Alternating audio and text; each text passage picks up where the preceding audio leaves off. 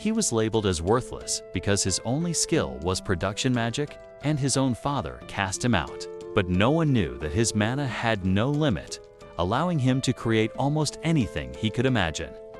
When he arrives at the remote village, he turns it into a powerful stronghold. It's almost like someone building defenses in a tower defense game. The story starts with a Japanese office worker who is reborn as a young boy named Van Farishow. One day, while looking out the window, his companion Teal gently warns him to be careful. Van admires the view and speaks clearly, which shocks her because he is only 2 years old. It is revealed that Van still remembers his previous life in Japan, so he understands that he has been reincarnated. During a family meal, his father, Marquis Scalpa, asks Van's older brothers about their plans for the day. They reply that they will continue practicing their magic. When Galpa asks Van the same question, Van says he wants to study the country's culture and history.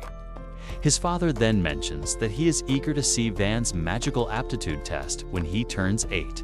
In this world, magical ability is extremely important.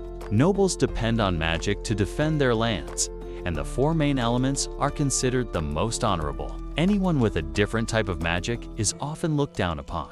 Van's brothers each possess one of the 4 elements, making Galpa very proud. Later, Van asks Teal about magical tools.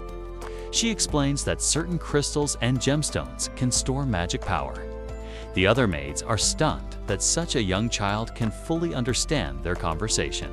The skilled butler, Asparta, tests Van with a basic math question. When Van solves it easily, Asparta realizes he is a genius and chooses to personally tutor him. For the next 2 years, Van studies under Asparta's guidance. When he turns 4, he challenges Teal to a duel, but she effortlessly avoids his attacks and simply runs away. A year later, Van spars with a trainee soldier and actually wins, leaving the other children in awe. A commander named Dee notices Van's remarkable talent and decides to train him with the sword, hoping he will grow into the greatest swordsman in the kingdom. Van points out that he still needs to continue studying with Asparta, but Dee offers to speak on his behalf and assures him that the training will not be too harsh. However, Van soon discovers that Dee was not being honest. Dee pushes him through relentless practice and even makes him sit as if on an invisible chair during breaks to strengthen his legs. After training, Teal hands him a towel, and he wipes the sweat from his face. As he reflects on his new life, Van realizes he has truly enjoyed himself since being reborn and wants to live fully and happily. By the time he turns 6, everyone sees him as a child prodigy. Yet, because he never stops studying or training, he eventually becomes exhausted and tells Teal that he simply wants to go outside and play. Teal takes him to the marketplace and shows him the lively merchant guild building. While they are there, they notice a man roughly pulling his young son along. Van becomes concerned and wonders why the boy's hands are tied. The man explains that he intends to sell his son as a slave. Teal quietly tells Van that poor families sometimes sell children they cannot afford to feed because they desperately need money to survive. A woman named Rosalie greets Van at the Chamber of Commerce. Van asks her how much the boy would cost. The father says the child can use thieving magic, but Rosalie calmly states that he is only worth 3 large silver coins. Hearing this makes the man furious. In anger, the man hits his son and says they will try another shop instead. At that moment, Van offers 5 silver coins for the boy. The man quickly accepts the money and runs away without looking back. Van then asks the boy's name, and he introduces himself as Kemzin. Van tells him he is free and explains that he only bought him to save him. However, Van soon realizes Kemzin has nowhere to go, so he invites him to stay at his mansion.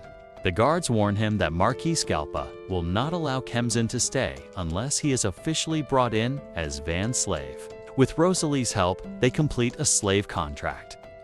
A magical mark appears on Kemzin's hand, and Rosalie explains that it will remain there until the contract is cancelled. When they return to the mansion, Kemzin notices that Dee is searching for Van. Van gives Kemzin a cookie and tells him to inform Dee that he is not around.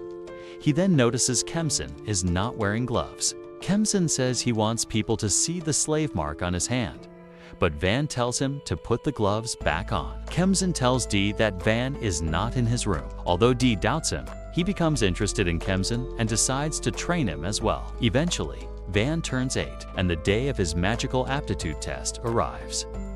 Everyone eagerly waits for the results. To Galpa's shock, Van shows no talent for any of the 4 main elements. The only magic he possesses is production magic, which is seen as the lowest and most useless type. Galpa explains that production magic only allows someone to create weapons or items by imagining them, and he believes it is useless for protecting their land. He calls Van a disgrace, pointing out that he is the only member of the family without one of the 4 elements. In his anger, Galpa even prepares to have him executed. But Van's oldest brother, Mercer, suggests another solution, sending Van to govern a distant village near their rival kingdom, Yelnita. The village is mostly used as a training ground and has little importance. Galpa agrees with the idea, thinking that placing Van there as lord might strengthen the villagers' loyalty. Afterward, Mercer privately tells Van that he made the suggestion to save his life and promises to support him however he can. Surprisingly, Van feels excited about becoming the lord of a countryside village, believing it will give him a chance to live more peacefully. It is decided that only Kemsin will officially travel with him. However, Mercer secretly hires 10 adventurers to protect Van during the journey. Teal also announces that she will accompany him as his personal maid. Dee abandons his position to follow Van, determined to continue his sword training. Esparta says he has taken early retirement so he can keep teaching Van as his successor. They depart in a carriage that does not carry the Marquis family crest, since Galpa wants Van's departure to remain quiet. Despite this, the townspeople gathered to see him off. Dee's friend explains that they informed everyone about Van's leaving, so the villagers arranged a grand farewell. Van thanks them sincerely as he says his goodbyes. On the way, Van uses his production magic to change a tree branch into a knife. He explains that he is experimenting because he wants to understand how his magic truly functions. However, when they finally arrive at the village, they discover it is under attack by bandits. The village has walls around it, but they are useless against the rain of arrows. Van quickly notices that more than 50 bandits are gathered at the entrance. Dee immediately suggests charging straight at them, but Ortho, the leader of the adventurers, says that would be reckless since they are heavily outnumbered. He reminds everyone that their job was only to escort Van safely to the village. He refuses to risk his team's lives just to defeat the bandits. Hearing this, Dee declares that he will fight even without their support. Esparta disagrees. He warns that if Dee dies, the village will lose any hope for the future. He then reveals that he is actually an elemental mage. His plan is to use earth magic to raise a protective wall. The adventurers can attack from a distance behind the wall, while Dee and his men move around to strike the bandits from the sides once they are distracted. Van objects to this idea because he realizes Esparta intends to draw the enemy's attention and act as bait. Van also knows that if Esparta or Dee were killed, his father would hold him responsible. So Van decides that he will be the decoy instead. He tells everyone to follow the plan and assures them that he will survive thanks to the sword training he received from Dee. Ortho remembers when they first accepted the mission. At that time, they assumed Van would be like other nobles who looked down on adventurers. But Van had personally appeared before them, thanked them for taking the job, and said he was counting on their help. That moment changed their impression of him. Because of this, Ortho chooses to join the fight, saying he cannot allow Van to risk his life alone. A mage named Ariel adds that they are willing to trust Van with their lives because he is different from other nobles. Esparta adjusts the strategy, explaining that he will create an earth wall while the archers attack from behind it. Meanwhile, Ortho and Dee will strike the bandits from both sides. Everyone agrees. Esparta raises a massive wall behind the bandits as they continue looting the village. Suddenly, they are attacked from the rear. Ariel and a group of archers appear, firing at them. The bandits rush toward the archers, but Dee and Ortho intercept them, cutting them down. Panic spreads as the bandits realize they are trapped. The knights and adventurers defeat them one by one. Some bandits try to escape, but their leader charges straight at Ariel. At that moment, Van suddenly slashes the man's legs, and Kamzin finishes him off. The surviving bandits are captured. Ortho is relieved that none of their group was killed. He tells his team that once they receive their reward, their mission will officially end. However, he admits that he wants to stay with Van because he finds him fascinating. Half of the adventurers leave for other jobs, while Ariel and the rest decide to remain by Van's side, saying they also respect him. After the battle, Van meets the villagers and introduces himself as their new lord. The village chief, Ron, explains that bandit attacks are a constant problem. He says that when they belonged to Ferdinando County, knights regularly patrolled and protected them, but after becoming part of the Ferretillo territory, they were largely ignored. Ron believes Marquis Galpa does not care about them because they contribute very little in taxes. Van calmly replies that it is not so simple. He explains that the kingdom's laws limit what can be done, and unfortunately, they have no power to change those rules. Van tells the villagers that instead of complaining, they should work on developing their village until it becomes so important that the exerting kingdom has no choice but to notice it. As their new lord, he promises to guide them toward that goal. He understands that they doubt him because he is still a child. However, Esparta and Dee speak on his behalf, and little by little, the villagers begin to trust him. When they ask what kind of magic he can use, Van honestly admits that he only has production magic. The moment they hear that, their confidence in him drops again. One villager explains that they barely managed to survive after paying 30% of their crops as taxes. Hearing this, Van immediately lowers the tax to 10%, saying their first priority should be building a stable and secure life. He then instructs Esparta to raise a temporary dirt wall around the village for protection. Van also suggests digging a moat, and Dee volunteers to handle it, even proposing to set traps to stop future bandit attacks. After making these plans, Van goes into the forest. There, he uses his production magic to harden logs as much as possible, eventually turning them into solid wooden blocks. Ortho is curious and tries to break one, but no matter how hard he strikes, he cannot even leave a mark. Van then uses the blocks to craft weapons.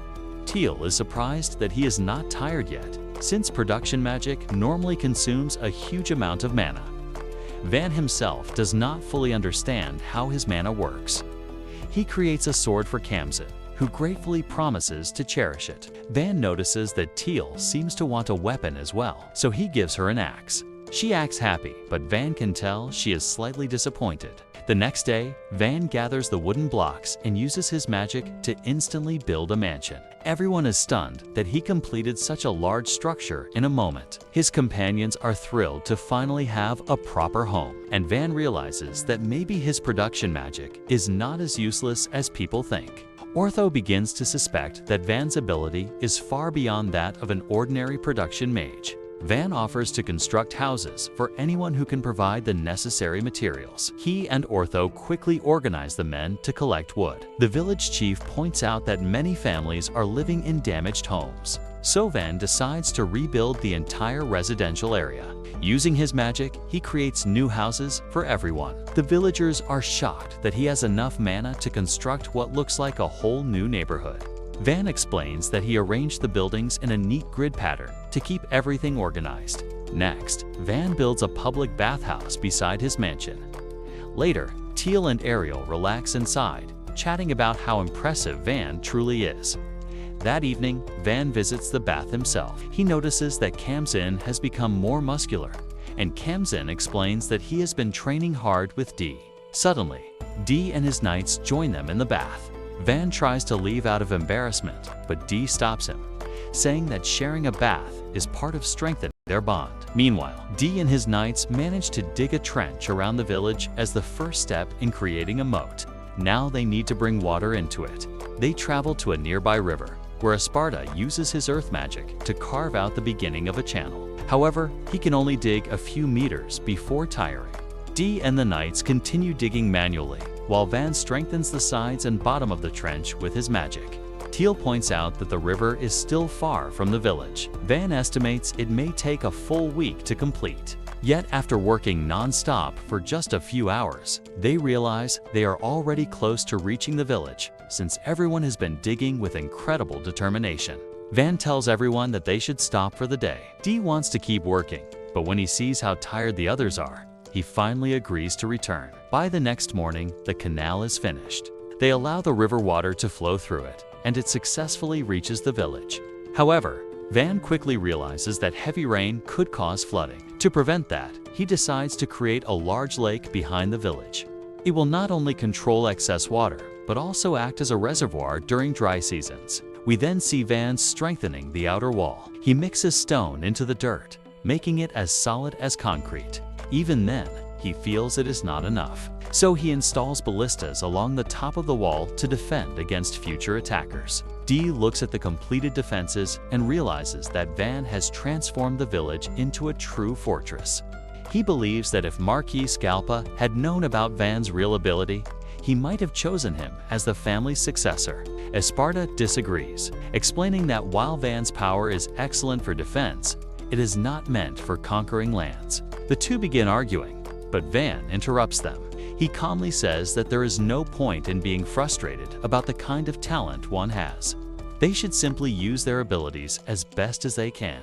Later, Teal brings Van a meal. She feels relieved when he enjoys it, though she admits she was worried because their food supplies are limited. Esparta then points out that they need to improve the village's income. They have no trade connections and their economy is weak. Van initially says it is fine since their crops are enough to feed everyone.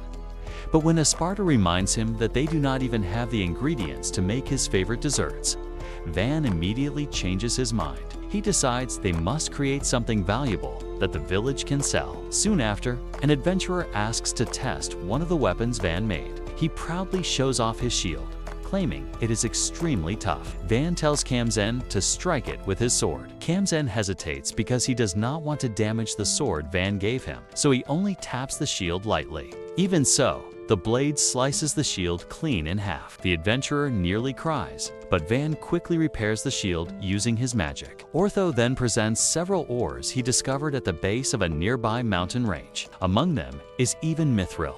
He explains that no one likely explored the area because it is so remote. Van realizes the region may be rich in valuable resources. To test his magic, he turns a piece of iron ore into a solid block. One adventurer asks him to forge 2 swords from it. Van carefully makes the first sword extremely sharp. The second one is a long sword designed in a style he personally finds impressive. Seeing the results, the other adventurers also request swords, knowing the exceptional quality of his creations. Van agrees to make them without charging anything. Ariel comments that he could earn a fortune with such skills. Meanwhile, Esparta studies the mithril ore and suspects that a dungeon may have appeared nearby. He explains that if a dungeon exists, adventurers will gather there and the guild would likely establish a branch in their village. Adventurers would raid the dungeon for profit, bringing business and growth. However, Esparta warns that the village is not prepared to support such activity yet. Van also worries that neighboring countries might try to seize control of the dungeon. He adds that since he is considered the outcast of his family, his father might transfer him elsewhere if the village suddenly becomes valuable. The adventurers decide it is better to leave the dungeon alone for now. They agree to focus on developing the village first so that it becomes strong enough to resist interference from Van's family. Shortly after, the villagers begin to panic when they see armored lizard creatures approaching. Van immediately orders the drawbridge to be raised and tells everyone that they must unite to defend their home together. And with that, Episode 3 comes to an end. The journey is getting more intense, and the story is only beginning to unfold. Stay tuned, because the next episode will take things to an even higher level.